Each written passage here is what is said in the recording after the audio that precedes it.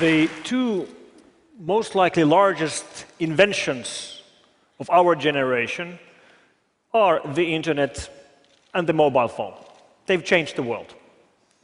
However, largely to our surprise, they also turned out to be the perfect tools for the surveillance state. It turned out that the capability to collect data, information, and connections about basically any of us and all of us is exactly what we've been hearing throughout the summer through revelations and leaks about Western intelligence agencies, mostly US intelligence agencies, watching over the rest of the world. We've heard about these starting the revelations from June 6th. Edward Snowden started leaking information, top secret classified information, from the US intelligence agencies. And we started learning about things like PRISM and X-Keyscore and others. And these are examples of the kinds of programs US intelligence agencies are running right now against the whole rest of the world. And if we look back about the forecasts on surveillance by George Orwell, well, it turns out that George Orwell was an optimist. We are right now seeing much larger scale of tracking of individual citizens than he could have ever imagined. Then this here is the infamous NSA data center in Utah. Due to be opened very soon, it will be both a supercomputing center and a data storage center. You could basically imagine it as a large hall filled with hard drives storing data they are collecting. And it's a pretty big building. How big? Well, I can give you the numbers. 140,000 square meters, but that doesn't really tell you very much. Maybe it's better to imagine it as a comparison. You think about the largest IKEA store you've ever been. This is 5 times larger. How many hard drives can you fit in an IKEA store, right? It's pretty big. We estimate that just the electricity bill for running this data center is going to be in the tens of millions of dollars a year. And this kind of wholesale surveillance means that they can collect our data and keep it basically forever. Keep it for extended periods of time. Keep it for years. Keep it for decades. And this opens up completely new kinds of risks to us all. And what this is that it is wholesale blanket surveillance on everyone. Well, not exactly everyone, because the US intelligence only has a legal right to monitor foreigners. They can monitor foreigners when foreigners' data connections end up in the United States or pass through the United States. And monitoring foreigners doesn't sound too bad until you realize that I'm a foreigner and you're a foreigner. In fact, 96% of the planet are foreigners. Right? So it is wholesale blanket surveillance of all of us who use telecommunications and the internet. But don't get me wrong, there are actually types of surveillance that are okay. I love freedom, but even I agree that some surveillance is fine. If the law enforcement is trying to find a murderer, or they're trying to catch a drug lord, or trying to prevent a school shooting, and they have leads and they have suspects, then it's perfectly fine for them to tap the suspect's phone and to intercept his internet communications. I'm not arguing that at all. But that's not what programs like PRISM are about. They are not about doing surveillance on people that they have reason to suspect of some wrongdoings. They're about doing surveillance on people they know are innocent. So the 4 main arguments supporting surveillance like this, well, the first of all is that whenever you start discussing about these revelations, there will be naysayers trying to minimize the importance of these revelations, saying that, we knew all this already. We knew it was happening. There's nothing new here. And that's not true. Don't let anybody tell you that we knew this already, because we did not know this already. our worst fears might have been something like this. But we didn't know this was happening. Now we know for a fact it's happening. We didn't know about this. We didn't know about PRISM. We didn't know about X-keyscore. We didn't know about Cybertrans. We didn't know about Double Arrow. We did not know about Skyrider. All these different programs run by US intelligence agencies. But now we do. And we did not know that US intelligence agencies goes to extremes such as infiltrating standardization bodies to sabotage encryption algorithms on purpose. And what that means is that you take something which is secure, an encryption algorithm which is so secure that if you use that algorithm to encrypt one file, nobody can decrypt that file. Even if they take every single computer on the planet just to decrypt that one file, it's going to take millions of years. So that's basically perfectly safe, uncrackable. You take something which is that good and then you weaken it on purpose, making all of us less secure as an end result. A real-world equivalent would be that intelligence agencies would force some secret PIN code into every single house alarm so they could get into every single house because, bad people might have house alarms. But it will also make all of us less secure as an end result. Backdooring encryption algorithms just boggles the mind. But of course, these intelligence agencies are doing their job. This is what they have been told to do. Do signals intelligence. Monitor telecommunications. Monitor internet traffic. That's what they're trying to do. And since most and very big part of the internet traffic today is encrypted, they're trying to find ways around the encryption. One way is to sabotage encryption algorithms, which is a great example about how US intelligence agencies are running loose. They are completely out of control, and they should be brought back under control. So what do we actually know about the leaks? Everything is based on the files leaked by Mr. Snowden. The very first PRISM slides from the beginning of June detail a collection program where the data is collected from service providers, and they actually go and name the service providers they have access to. They even have a specific date on when the collection of data began for each of the service providers. So for example, they named that collection from Microsoft started on the 11th of September 2007, for Yahoo on the 12th of March 2008, and then others, Google, Facebook, Skype, Apple, and so on. And every single one of these companies denies. They all say that this simply isn't true, that they are not giving backdoor access to their data. Yet, we have these files. So is one of the parties lying, or is there some other alternative explanation? And one explanation would be that these parties, these service providers, are not cooperating. Instead, they've been hacked. That would explain it. They aren't cooperating, they've been hacked. In this case, they've been hacked by their own government. That might sound outlandish, but we already have cases where this has happened. For example, the case of the Flame malware, which we strongly believe was authored by the US government, and which, to spread, subverted the security of the Windows Update network. Meaning, here, the company was hacked by their own government.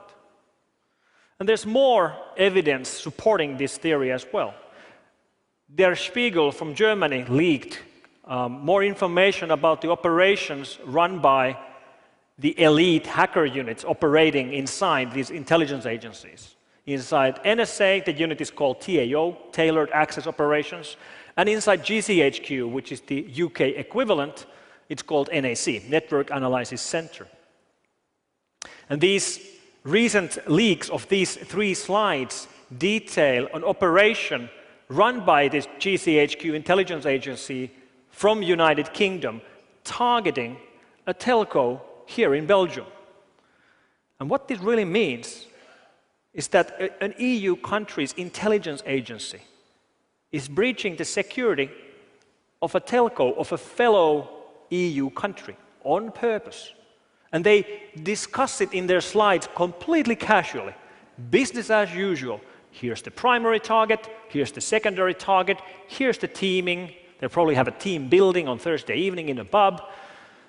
They even use cheesy PowerPoint clip art like, success when they gain access to services like this. What the hell? Then there's the argument that, okay, yes, this might be going on, but then again, other countries are doing it as well. All countries spy. And maybe that's true. Many countries spy, not all of them. But let's take an example. Let's take, for example, Sweden. I'm speaking Sweden because Sweden has a little bit similar law to the United States. When your data traffic goes through Sweden, their intelligence agency has a legal right by the law to intercept that traffic. All right, how many Swedish decision makers and politicians and business leaders use every day US-based services, like, run Windows or OS X, or use Facebook or LinkedIn, or store their data in clouds like iCloud or SkyDrive or Dropbox, or maybe use online services like Amazon Web Services or Salesforce? And the answer is every single Swedish business leader does that every single day. And then we turn it around. How many American leaders use Swedish webmails and cloud services? And the answer is 0. So this is not balanced. It's not balanced by any means, not even close. And when we do have the occasional European success story, even those then typically end up being sold to the United States. Like Skype used to be secure. It used to be end-to-end encrypted. Then it was sold to the United States. Today, it no longer is secure. So once again, we take something which is secure and then we make it less secure on purpose, making all of us less secure as an outcome. And then the argument that the United States is only fighting terrorists. It's the war on terror. You shouldn't worry about it. Well, it's not the war on terror. Yes, part of it is war on terror. And yes, there are terrorists, and they do kill and maim, and we should fight them. But we know through these leaks that they've used the same techniques to listen to phone calls of European leaders, to tap the email of presidents of Mexico and Brazil, to read email traffic inside United Nations headquarters and EU Parliament. And I don't think they're trying to find terrorists from inside EU Parliament. Right? It's not the war on terror. Part of it might be. And there are terrorists. But are we really thinking about terrorists as such an existential threat that we're willing to do anything at all to fight them? Are the Americans ready to throw away the Constitution and throw it into trash just because there are terrorists? And the same thing with the Bill of Rights and all the amendments and the Universal Declaration of Human Rights and the EU conventions on human rights and fundamental freedoms and the press freedom. Do we really think terrorism is such an existential threat we're ready to do anything at all? But people are cared about terrorists. And then they think that maybe that surveillance is okay because, they have nothing to hide. Feel free to survey me if that helps. And whoever tells you that they have nothing to hide simply haven't thought about this long enough.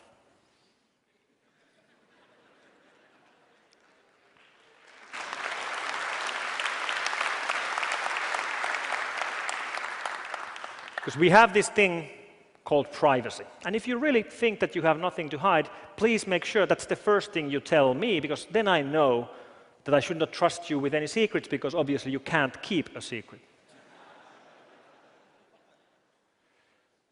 But people are brutally honest with the internet. And when these leaks started, many people were asking me about this. And I have nothing to hide. I'm not doing anything bad or anything illegal. Yet, I have nothing that I would in particular like to share with an intelligence agency, especially a foreign intelligence agency. And if we indeed need a big brother, I would much rather have a domestic big brother than a foreign big brother. And when the leaks started, the very first thing I tweeted about this was a comment about how, when you've been using search engines, you've been potentially leaking all that. to US intelligence. And 2 minutes later, I got a reply by somebody called Kimberly from the United States challenging me. Like, why am I worried about this? Like, what am I sending to worry about this? Am I sending naked pictures or something? And my answer to Kimberly was that what I'm sending is none of your business. And it should be none of your government's business either. Because that's what it's about. It's about privacy. Privacy is non-negotiable. It should be built in to all the systems we use.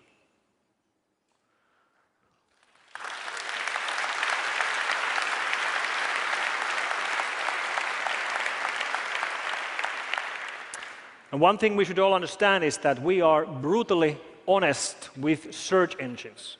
You show me your search history, and I'll find something incriminating or something embarrassing there in 5 minutes. We are more honest with search engines than we are with our families. Search engines know more about you than your family members know about you. And this is all the kind of information we're giving away. We're giving away to the United States. And surveillance changes history. We know this through examples of corrupt presidents like Nixon. Imagine if he would have had the kind of surveillance tools that are available today. And let me actually quote the president of Brazil, Ms. Dilma Rousseff. She was one of the targets of NSA surveillance. Her email was read, and she spoke at United Nations headquarters, and she said, if there's no right to privacy, there can be no true freedom of expression and opinion, and therefore there can be no effective democracy. That's what it's about. Privacy is the building block of our democracies. And to quote a fellow security researcher, Marcus Ranum, he said that the United States is right now treating the internet as it would be treating one of its colonies. So we're back to the age of colonization, and we, the foreign users of the internet, we should think about Americans as our masters. So Mr. Snowden, he's been blamed for many things. Some are blaming him for causing problems to the US cloud industry and software companies with these revelations. And blaming Snowden for causing problems to the US cloud industry would be the equivalent of blaming Al Gore for causing global warming.